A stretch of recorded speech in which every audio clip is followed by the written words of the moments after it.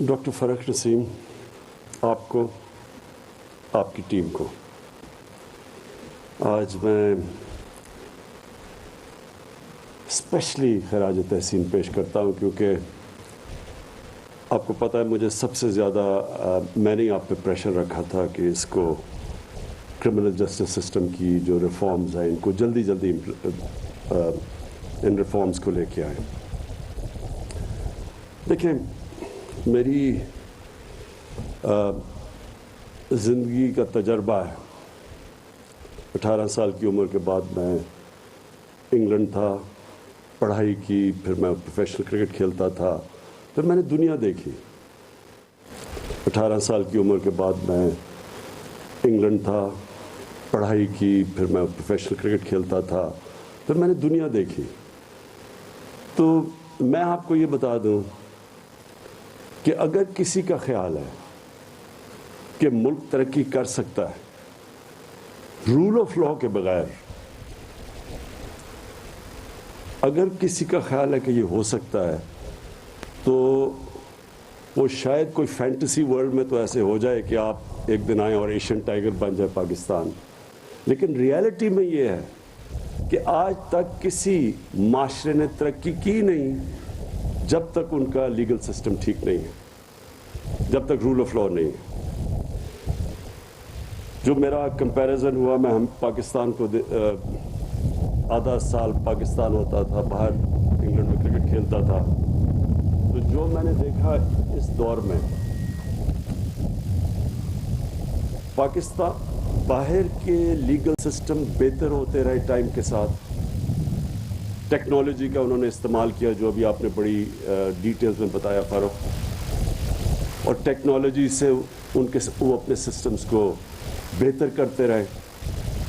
پاکستان کا سسٹم جو شروع میں تھا، جو انگریز چھوڑ کے گیا تھا، وہ بجائے اوپر جانے کے وہ نیچے جانا شروع ہو گیا، اور بلکہ پاکستان کے جو سارے سسٹمز تھے جو عوام کو جنہوں نے اٹھانا تھا وہ سارے آہستہ آہستہ نیچے جانا شروع ہو گئے، اور ایک گلف آ گیا کہ ایک طاقتور کے لیے ایک پاکستان بن گیا جس کو ہم ایلیٹ کیپچر کہتے ہیں، اور عوام کے لیے دوسرا پاکستان بن گیا۔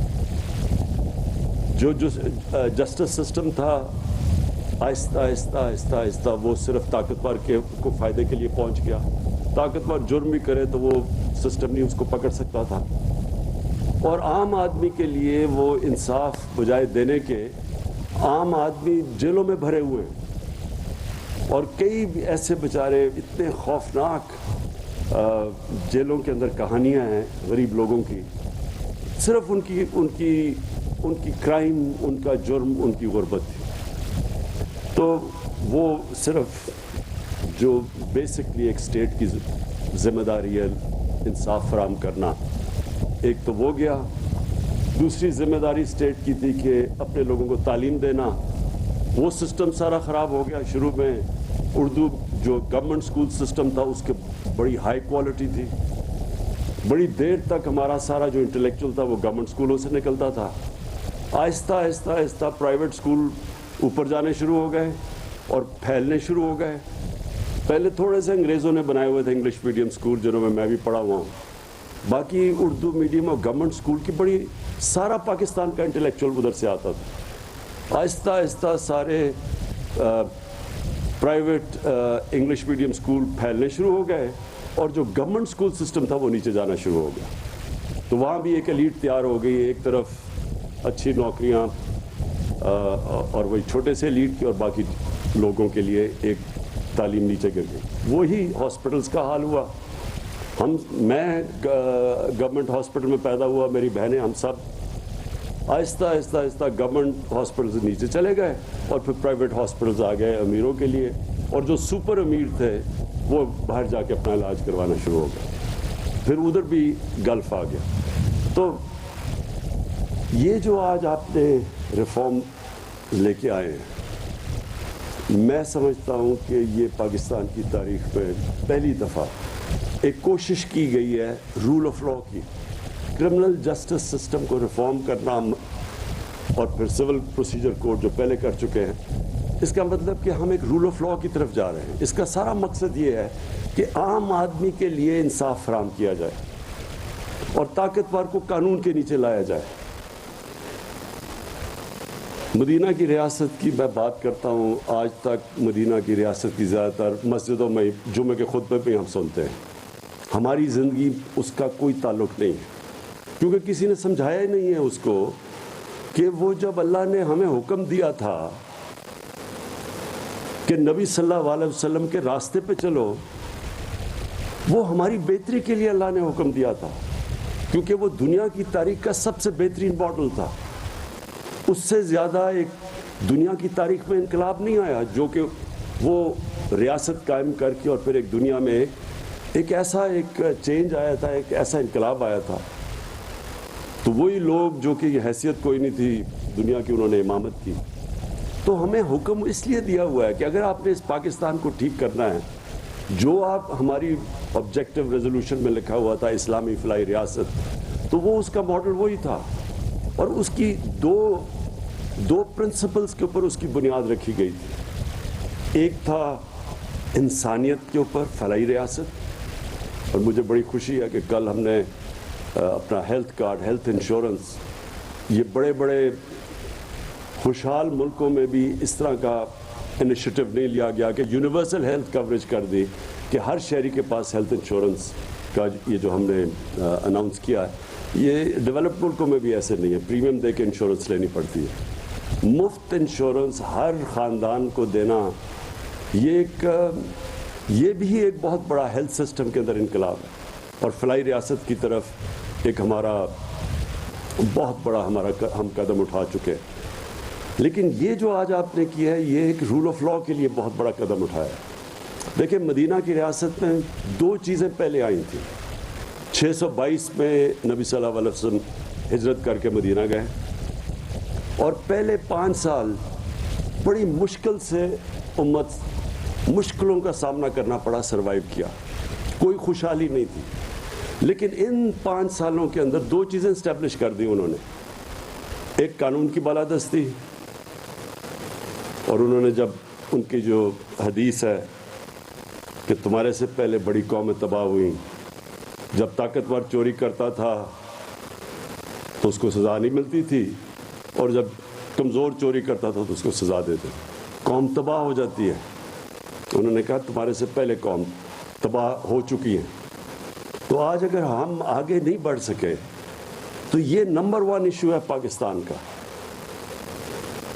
جو سب سے بڑا پاکستانیوں کا احساس ہے وہ اوورسیز پاکستانی ہے. 90 لاکھ اوورسیز پاکستانی ہیں. ان کا جو سالانہ آمدنی ہے وہ 22 کروڑ پاکستانیوں کے برابر ہے. ان کے پاس پیسے بھی فورن ایکسچینج میں، ڈالرز میں. ان کے پیسے جو ریمیٹنسز بھیجتے ہیں اس کے اوپر اس وقت پاکستان چل رہا ہے، ایکسپورٹس کے اوپر نہیں چل رہا. لیکن یہ انویسٹ نہیں کرتے پاکستان میں. کیوں نہیں انویسٹ کرتے؟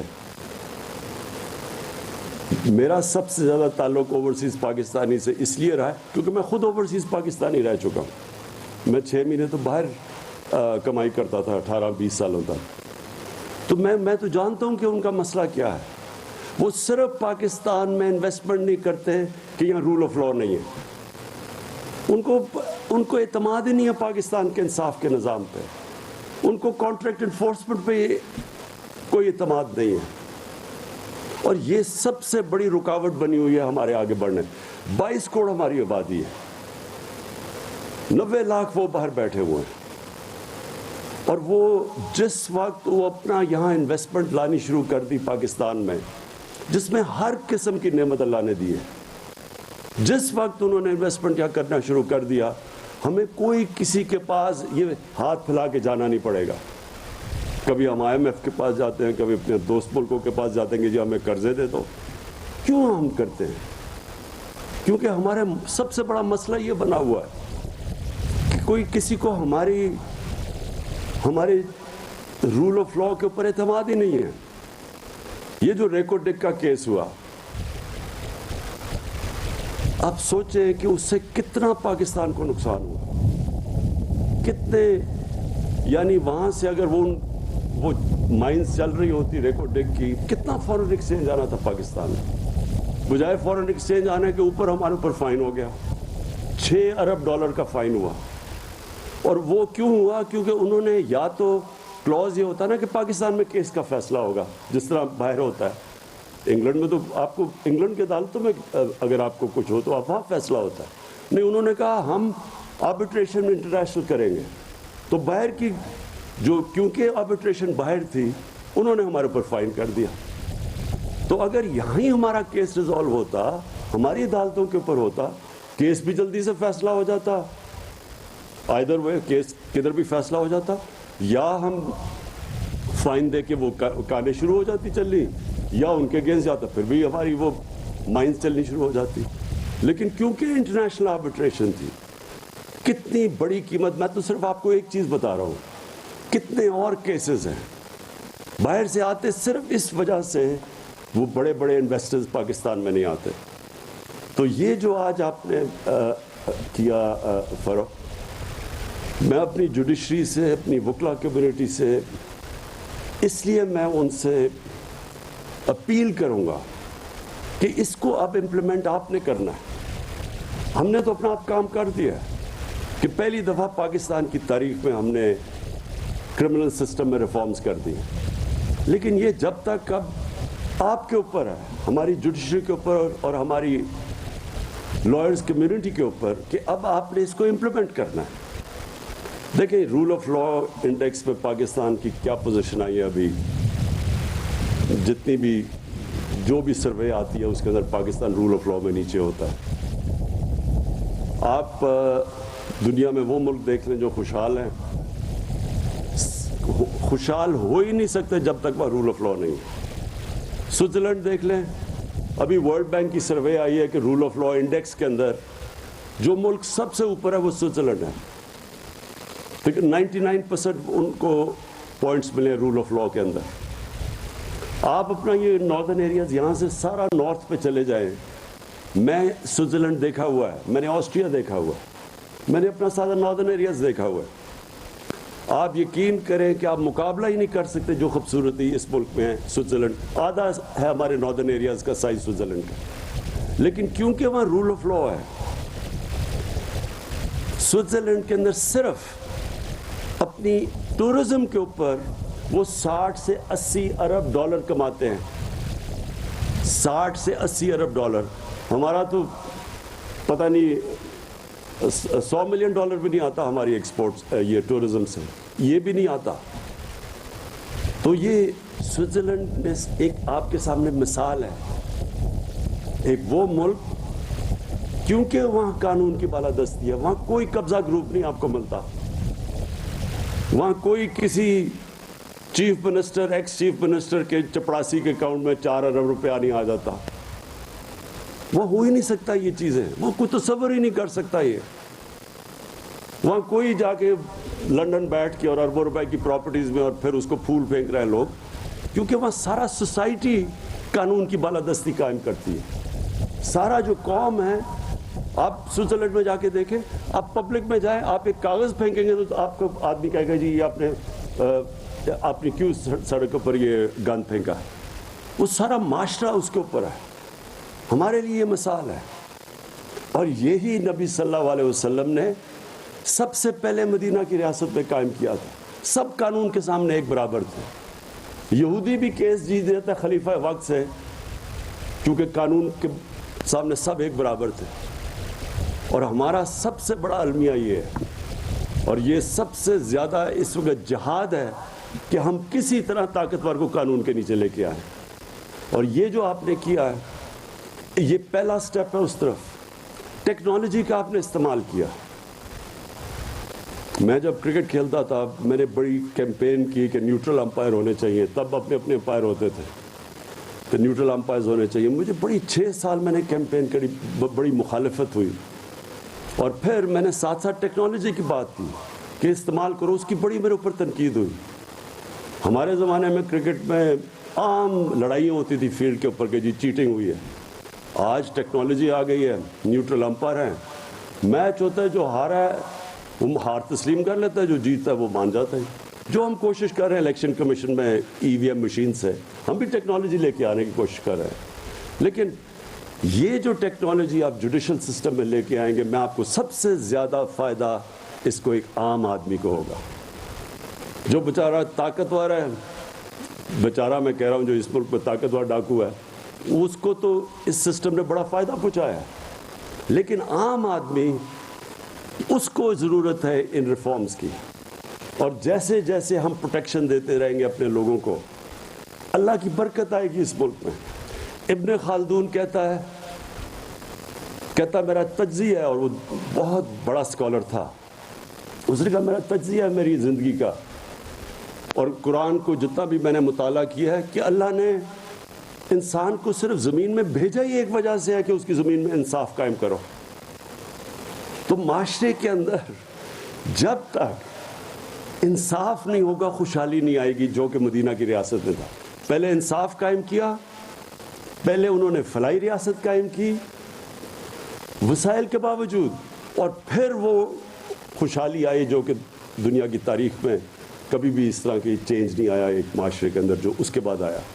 تو اللہ کی برکت تب آتی ہے جب غریب آدمی جب ہسپتال میں جاتا ہے اور اس کی ایک اسٹیٹ ہیلتھ انشورنس پہ اس کا علاج ہوتا ہے، اس کی تکلیف ہوتی ہے، اس کی دعائیں نکلتی ہیں، وہ اللہ اس کی دعائیں سنتا ہے۔ جب ایک غریب آدمی کو انصاف ملتا ہے ایک طاقتور کے خلاف، اس کے گھر کے اوپر قبضہ ہو جاتا ہے یا اس کی زمین پہ، اور ریاست اس کی زمین چھڑواتی ہے، طاقتور کو سزا دیتی ہے، اس کی دعائیں نکلتی ہیں اس اسٹیٹ پہ، اللہ کی برکت آتی ہے اس معاشرے میں، جو کہ سوئٹزرلینڈ میں ہے۔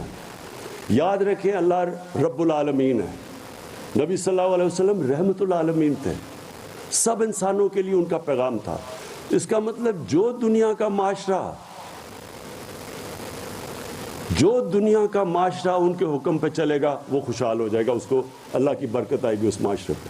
تو اگر اسکینڈینیویا میں سب سے زیادہ ان کی سنت پہ لوگ چل رہے ہیں، یعنی وہاں انصاف بھی قائم کر رہے ہیں، انسانیت کا بھی نظام ہے، جانوروں کو وہ حقوق دے دیتے ہیں، انسانوں کو تو چھوڑیں، تو اللہ کی برکت آنی ہے وہاں۔ یہاں سے لوگ بڑے پیسے خرچ کے ادھر جائیں گے اسکینڈینیوین ملکوں میں، اور ان سے کبھی پوچھیں کیوں وہاں رہتے ہیں، ان کو یاد آتا ہے پاکستان، لیکن وہ آپ کو بتائیں گے کہ کس طرح کا وہاں کا انسانیت اور انصاف کا نظام ہے۔ تو میں آخر میں فاروق نسیم آپ کی ساری ٹیم کو میں پھر سے خراج تحسین پیش کرتا ہوں۔ مجھے خاص طور پہ خوشی ہوئی کہ آپ نے جو ہماری خواتین آدھی آبادی پاکستان کی، مجھے اتنا برا لگتا تھا جب میں اپنے حلقے میں جاتا تھا تو مجھے جب خواتین کہتی تھی کہ جی ہمیں جو ہمارا انہیریٹنس رائٹ تھا، جو ہمیں ہمارے ماں باپ سے ہمیں جائیداد میں حصہ ملنا چاہیے تھا، ہمیں حصہ ہی نہیں ملتا، تو میں ہمیشہ سوچتا تھا کہ یہ تو اللہ نے حکم کیا ہوا قرآن میں، یہ تو شریعت کے اندر ہے کہ ہماری عورتوں کو حصہ ہے اس میں جائیداد میں۔ یہ تو 1500 سال پہلے تقریباً یہ تو ہمارے مدینہ کی ریاست میں انہوں نے دے دیا تھا حصہ، تو یورپ کے اندر تو 100 سال پہلے عورتوں کو حصہ ملا ہے، ہمیں تو تب سے یہاں اللہ نے حکم کیا تھا کہ عورتوں کا جائیداد میں حصہ ہے، لیکن کتنی عورتوں کو ملتا ہے یہاں۔ تو یہ جو آپ نے قدم اٹھایا اور اس کو امپلیمنٹ کرنا ہے، اس کو اب ہم نے پبلک کے اندر لے جا کے اس میں شعور پیدا کرنا ہے اپنی خواتین میں کہ اب یہ نہیں ہو سکتا کہ آپ کی جائیداد میں حصہ نہ ملے۔